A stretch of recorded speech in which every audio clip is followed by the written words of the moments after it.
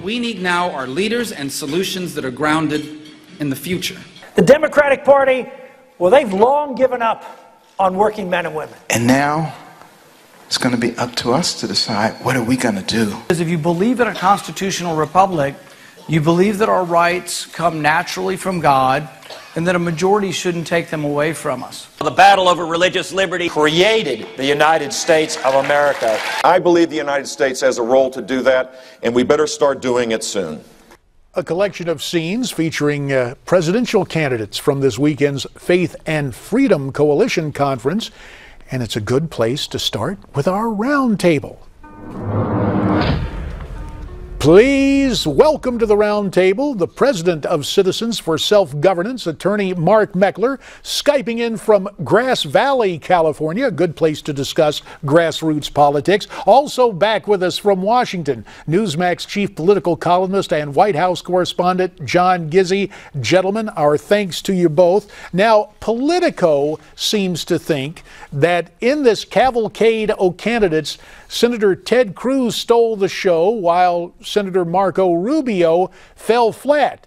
John, since you're in Washington, we'll start with you. Is that an accurate assessment? No.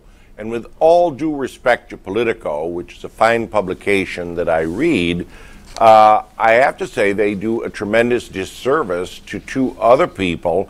Number one, Governor Scott Walker made a stirring address on national security and terrorism, and if nothing else, he was the cleanup batter, the dinner speaker on the final night of the Faith and Freedom Conference. Second, Governor John Kasich, who doesn't get a lot of mention, old colleague of JD's in the Congress, talked about his faith, the death of his parents, what led him back to God, and how he would have the values that he learned later in life as president.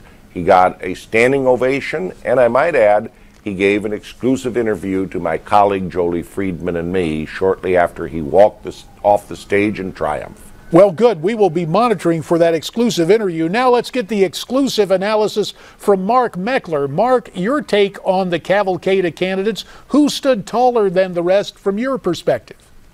Well, you know, I think I would agree in the sense that Ted Cruz is just masterful on the stage, and there are few that can compare. Maybe generally Marco Rubio can. It is difficult to give a speech in an environment like that and come across as genuine and fresh. I've watched Cruz speak from a stage like that multiple times. One of the unique things about Ted Cruz is there is no Ted Cruz stump speech. I mean, you hear something different every time. He weaves in a sense of humor and a charisma that few candidates can match. So I just generally think that that kind of environment favors him. I do agree on Walker. I mean, Walker gave an impressive foreign policy speech. That's been seen as his weak spot. So to be able to dive deep into foreign policy and wow a crowd like that, that is a very big deal. And I would say Marco Rubio, usually strong on stage, missed the mark. He did not speak to his audience. He does seem to have this weakness of giving the stump speech over and over. I think that's difficult for him. And then the dark horse I'd like to point out is Carly Fiorina. She wowed the crowd. She seems to do that everywhere she goes. The question for her is timing. Can she rise fast enough in the polls to be a serious contender? So I'm hearing from both of you gentlemen a couple of different folks who captured your imagination there, even with all the other assessments of people who are admittedly good speakers. From Gizzi, it's Kasich, and from you, Mark, it's Carly. So we'll see what happens as that moves along.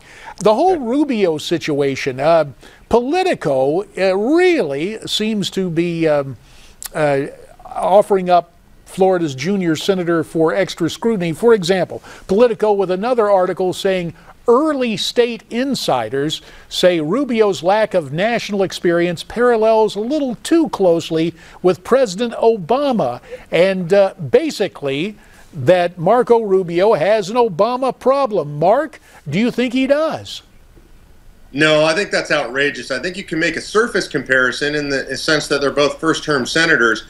Marco Rubio has significant governing experience. He was the Speaker of the House in Florida, one of the largest states in the nation, lots of big problems. He dealt with lots of serious issues. Unlike our current president, he did not vote present most of the time. He was a leader on the issues. He's also stepped up as a member of the Senate Foreign Affairs Committee and really built up his foreign policy bona fides. So I think he's a much more serious contender than Obama was, so those surface comparisons will continue to be made. John Gizzi, final 30 seconds to you on Rubio and the parallel to President Obama. Well, the parallel I would make is to someone Marco Rubio has studied and listened to the White House tapes of, President John F. Kennedy. He would be the same age that Jack Kennedy was when he was elected president in 1960. His passion is on the Foreign Relations Committee and foreign policy, very much like the young JFK in the House and Senate. And as he pointed out, he hasn't been a governor or administered anything, but he would match his foreign policy knowledge and resume with any governor or any other contender. I like that because this reporter believes foreign policy will be at the top of the agenda. And I believe we have more to come with both of you. Time for round two with our round table as we welcome back from Grass Valley, California, the president of Citizens for Self-Governance, Attorney Mark Meckler, and from Newsmax, Washington, Newsmax chief political columnist and White House correspondent John Gizzi. Gentlemen, with the Supreme Court decision on gay marriage expected any day now, the National Organization for Marriage released a presidential pledge, asking candidates to sign this pledge, saying they'll work to overturn any Supreme Court decision that grants a right of marriage to anyone other than one man and one woman. Here's the president of the National Organization for Marriage, Brian Brown. We did the pledge in the last presidential election, and it was very successful. Almost all of the Republican candidates signed on to the pledge, and it makes clear that the candidates won't just give lip service to protecting marriage, but will actually take concrete steps to protect marriage. So it's important that the candidates are on the record and that voters know, which candidates will actually do something. So, will the Republicans, will all of them end up signing this pledge, and should they? Mark Meckler, we'll ask you first. I doubt they will, and while I appreciate what the organization is doing and what they're trying to get these candidates to do, even signing a pledge doesn't cause the candidates to actually take the actions they sign in those pledges. We've seen it over and over, no new taxes, whatever it is, and they violate the pledge. I'm more interested in seeing them answer the questions on the campaign trail, be responsive to actual voters and responsive to public opinion than I am to see them signing any particular pledge. And yet the whole business of pledges, John Gizzi, I think back to my days running for Congress and being elected. Grover Norquist had that no tax pledge. We signed that. We had Grover on this program last week, and while he was very diplomatic about Governor Jeb Bush, fact is, if you listen to what Governor Bush had to say at CPAC a couple of years ago, I came away from that thinking Jeb Bush is not going to sign a no new taxes pledge. Does it become problematic to have this social issue front and center and a pledge dealing with gay marriage for these would-be Republican candidates?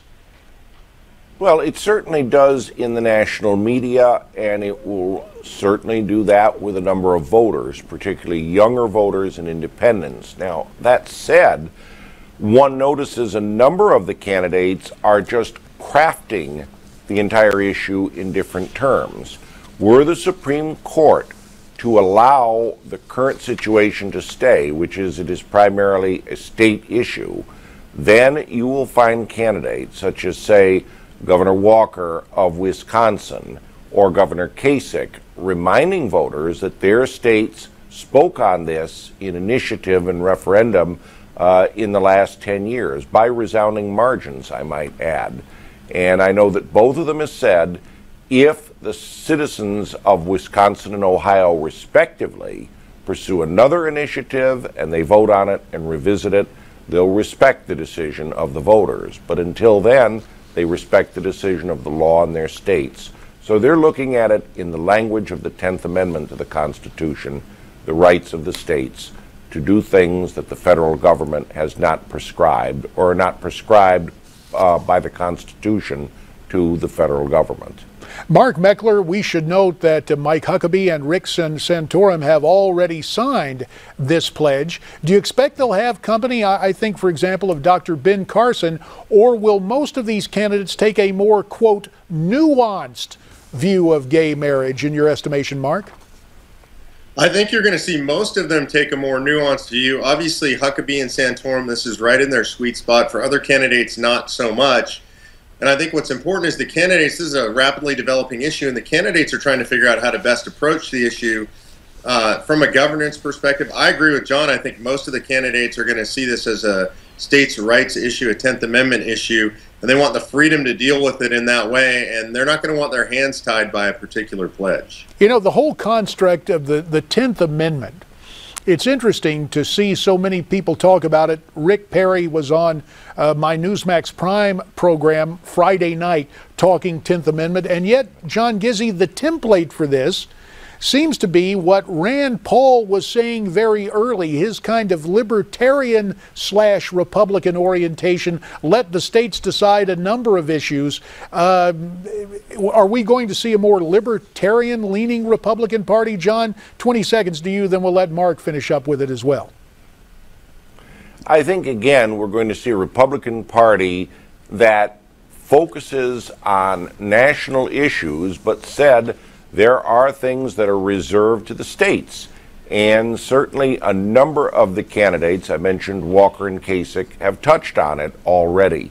That is the direction the party is going in at this point. Now, Rand Paul has his own particular twist, and there is a strong libertarian faction within the Republican Party. Let me give Mark 10 seconds to get in on this thing. Mark, your thoughts on it. Final 10 seconds. I agree with John. There is a libertarian strain in the conservative movement itself. There's a lot of crossover. I think we're going to see more and more of that, and I think it evinces itself in the states' rights movement, which is nascent and growing in this country. Gentlemen, right our now. thanks to you both.